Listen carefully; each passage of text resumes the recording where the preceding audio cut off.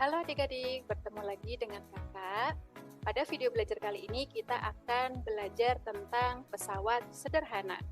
Oke, mari kita lihat ini ya, apakah pesawat sederhana yang kalian bayangkan sesuai dengan apa yang kalian maksud ya. Mari kita lihat ilustrasi berikut ini. Di sini ada seorang anak, ada dua sih ya, ada cewek sama cowok. Nah, di sini si anak yang laki-laki dia akan membuka botol, tapi dia kesulitan. Nah, kira-kira alat apa yang dibutuhkan si anak laki-laki ini? Ya, benar, yang dibutuhkan adalah pembuka tutup botol. Jadi, pembuka tutup botol ini digunakan untuk mempermudah dia ketika membuka botol. Oke, jadi tutup botol ini atau pembuka tutup botol ini dia termasuk pesawat sederhana. Jadi pesawat sederhana yang dimaksud di fisika itu bukan pesawat terbang ya yang kalian bayangkan. Jadi ya seperti pembuka tutup botol ini dia fungsinya untuk mempermudah pekerjaan manusia di kehidupan sehari-hari. Oke, jadi intinya pesawat sederhana adalah alat sederhana yang digunakan untuk memudahkan dan membantu pekerjaan manusia. Seperti ada gunting, ada tang, ada cangkul, dan ada juga katrol. Jadi intinya alatnya sederhana. Ya. Dan tentunya digunakan untuk memudahkan, bukan menyusahkan. Oke. Nah, saking banyaknya alat-alat ini yang digunakan di kehidupan sehari-hari kita, baik di sekolah, di rumah, maupun di kantor, maka pesawat sederhana ini dikategorikan menjadi 4 bagian. Yang pertama ada tuas, yang kedua bidang miring, yang ketiga katrol, dan yang terakhir adalah roda berporos. Nah, pada video kali ini kita akan membahas tentang tuas. Oke, langsung aja kita masuk ke materi tuas. Jadi untuk tuas, nama lainnya adalah pengungkit. Untuk skemanya itu hampir mirip dengan jungkat-jungkit. Ya, kalian pasti pernah main kayak jungkat-jungkit di taman atau di sekolah waktu kalian TK. Nah, bentuknya seperti ini. Jadi di tengah itu adalah titik tumpu. Di sisi lain itu bisa diberi beban. Namanya adalah titik beban dan sisi lainnya adalah titik kuasa. Titik kuasa adalah tempat gaya kuasa diberikan. Dan titik beban adalah tempat bebannya. Oke. Nah, jarak antara titik kuasa dengan titik tumpu diberi nama lengan kuasa atau LK. Jarak antara titik tumpu dengan titik beban diberi nama lengan beban atau LB. Nah, untuk persamaan tuas agar dia seimbang atau bisa mengangkat beban, maka biasanya dibutuhkan suatu gaya minimal. Nah, biasanya bisa digunakan persamaan W kali LB sama dengan F kali LK. Jadi, dicatat ya adik-adik ya, ini adalah rumus tuas untuk mencari gaya. Tapi rumus ini nggak hanya untuk mencari gaya juga, bisa untuk mencari LB, LK, atau W. Jadi seperti itu. Nah, di mana F adalah gaya kuasa, satuannya Newton, W adalah berat beban juga Newton, LK adalah jarak tumpu ke gaya kuasa, sedangkan LB adalah jarak tumpu ke beban. Oke, silahkan dicatat untuk rumusnya. Oke, kalau sudah, nanti di pesawat sederhana ada yang namanya keuntungan mekanis. Dia adalah perbandingan antara berat beban dengan gaya kuasa yang diberikan. Jadi, kalau nanti semakin besar nilai KM-nya, maka alat tersebut itu semakin menguntungkan karena membutuhkan gaya yang lebih kecil. Jadi kalau makainya itu istilahnya kita nggak perlu susah-susah memberikan kekuatan yang besar. Jadi cukup dengan gaya yang kecil kita sudah bisa mengangkat beban yang berat. Jadi seperti itu. Nah, kalau di tuas, nanti rumus keuntungan mekanis ada 2, bisa KM sama dengan W per F, atau KM sama dengan LK dibagi dengan LB. Jadi ini untuk rumus yang kedua adik-adik ya, kalian dicatat, yaitu rumus keuntungan mekanis pada tuas. Ada 2, diingat KM sama dengan W per F atau KM sama dengan LK bagi LB. Ini rumusnya ada dua, kalian terserah mau pakai yang mana dan hasilnya pasti selalu sama. Jadi nanti cukup pilih salah satu aja. Oke, nah setelah kalian mencatat rumusnya, ternyata tuas ini dia punya 3 jenis, ya. Jenis yang pertama, untuk skemanya di sini penumpunya ada di tengah, kemudian di pinggir sini ada beban, dan di satunya lagi ada gaya. Jadi penumpu berada di antara gaya dan beban. Nah, maksudnya gimana tuh?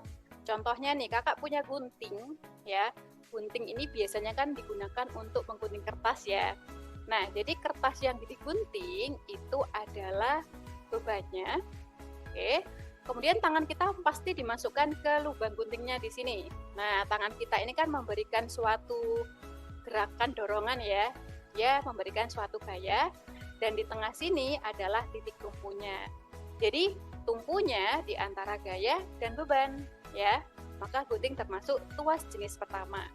Contoh yang lain ada tang dan ada juga gunting kuku.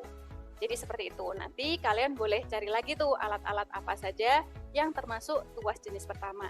Jadi intinya tumpunya harus di tengah atau di antara gaya dan beban. Untuk tuas jenis yang kedua itu di sini bebannya ada di antara tumpu dan gaya. Contohnya gimana tuh? Nah, contohnya kayak pembuka tutup botol tadi ya, yang dipakai anak laki-laki tadi. Seperti ini. Nah, jadi untuk botolnya di tengah itu adalah beban. Tangan kita di pinggir memberikan dorongan atau kekuatan, itu gayanya, dan tumpunya ada di ujung sendiri. Nah, jadi di sini udah kelihatan ya, beban di antara tumpu dan gaya. Jadi, pembuka tutup botol termasuk tuas jenis kedua. Contoh lain ada gerobak dorong dan ada juga pemotong kertas. Oke, diingat-ingat ya. Dan yang terakhir, tuas jenis ketiga, di sini gayanya itu di antara beban dan tumpu. Jadi, gayanya ada di tengah. Oke, contohnya misalnya apa ini? Ya, ini adalah penjepit makanan atau penjepit roti. Jadi kan rotinya jadi ada di ujung kayak gini ya. Jadi roti ini merupakan beban, tangan kita di tengah sini memberikan gaya, dan tumpunya ada di ujung. Nah, berarti gaya di antara tumpu dan beban. Berarti termasuk tuas jenis ketiga ini, yang penjepit makanan. Contoh lain pun ada, di sini contohnya ada skop dan ada pinset. Jadi seperti itu adik-adik untuk materinya. Oke, paham? Jadi nanti yang harus kalian hafalkan yang pertama adalah persamaannya, rumus-rumusnya, dan yang kedua adalah skema dari tuas jenis 1, 2, 3, dan contoh-contohnya. Oke, kalau sudah kita langsung ke latihan soal. Nah, ini contoh soal yang pertama. Di sini ada sebuah batu yang akan diangkat menggunakan tuas, ya. Yang ditanya adalah gaya kuasa dan keuntungan mekanik. Nah, berarti kita tulis dulu yang diketahui. Di sini ada sebuah gambar tuas, ini tumpunya di tengah, berarti tuas jenis berapa adik-adik? Ya, tuas jenis pertama. Ya, ini adalah beban disimbolkan dengan W, yaitu 1000 Newton. Kemudian di sini ada beban ke tumpu, jaraknya 0,5 meter. Kalau jarak beban ke tumpu berarti namanya lengan beban atau LB 0,5 meter. Terus di sini ada gaya ke tumpu, namanya adalah lengan kuasa 2 meter. Oke, yang ditanya di sini ada dua nih. Yang A mencari gaya F, yang B mencari keuntungan mekanik. Oke, untuk mencari gaya kita bisa pakai persamaan yang pertama atau persamaan yang seimbang tadi ya. Rumusnya adalah W kali LB sama dengan F dikali dengan LK.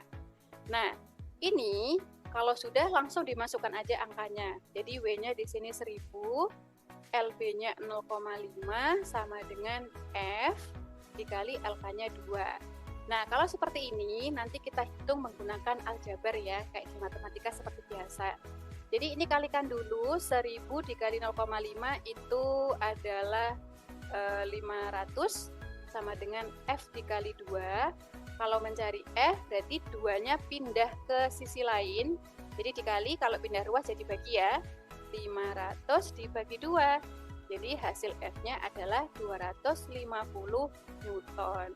Nah, jadi gaya yang dibutuhkan ketika kita memakai tuas itu hanya membutuhkan 250 Newton, kita sudah bisa mengangkat 1000 Newton. Jadi untung banget ya. Nah, yang kedua, mencari keuntungan mekanik KM. Nah, KM rumusnya ada dua nih, bisa W per F atau LK bagi LB. Kita boleh pilih salah satu. Kakak tipsnya biasanya cari angka yang lebih kecil ya, jadi baginya nggak gede-gede. Jadi di sini kita hitung KM-nya pakai LK bagi LB kali ya. Kita coba dulu. LK-nya di sini adalah 2, LB-nya 0,5. 2 dibagi setengah hasilnya 4. Nah, jadi KM-nya 4 kali. Jadi keuntungannya menghasilkan 4 kali ya. Atau mungkin kita mau coba nih KM-nya W bagi F. Nah, W-nya di sini adalah 1000 dibagi F-nya ketemunya 250, hasilnya juga sama-sama 4. Ya, jadi perbandingan antara berat beban dengan yang diberikan adalah 4 kalinya. Oke? Paham? Oke, sip. Sekarang kita coba lanjut soal yang kedua. Nah, soal yang kedua bentuknya seperti ini ya. Di sini ada beban seberat 100 Newton. Berapakah gaya minimum yang digunakan untuk mengangkat beban? Berarti di sini yang ditanya adalah gaya. Berarti ditanya F ya. Kita tulis dulu yang diketahui. Di sini ada sebuah beban. Berarti beban itu adalah W. W-nya 100 Newton. Nah, kemudian kita cari LK sama LB-nya. Hati-hati ya, di sini untuk LB sama LK-nya kita tentukan tumpunya dulu. Nah, di sini adalah titik tumpu ya. Nah, kita tulis di sini. Ini adalah tumpu yang warna kuning. Kemudian ini adalah beban dan ini adalah gaya kuasa. Jadi untuk LB itu kan jarak antara beban dengan titik tumpu ya. Jadi jaraknya adalah setengah. LB-nya berarti 1/2 atau 0,5 meter. Sedangkan LK-nya, LK adalah jarak dari tumpu yang warna kuning ini ke gaya. Berarti adalah LK-nya ini total panjangnya ini, setengah ditambah 1/2. Ditambah 1/2 ya, atau 0,5 ditambah 1,5, hasilnya adalah 2 meter. Jadi seperti itu, jadi hati-hati karena ini beban di tengah berarti termasuk tuas jenis kedua, jadi kalian harus hati-hati menentukan LK dan FB.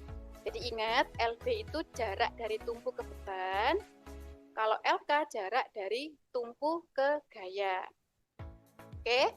Kalau sudah ketemu langsung kita jawab menggunakan persamaan yang pertama tadi, yaitu W kali LB sama dengan F dikali LK.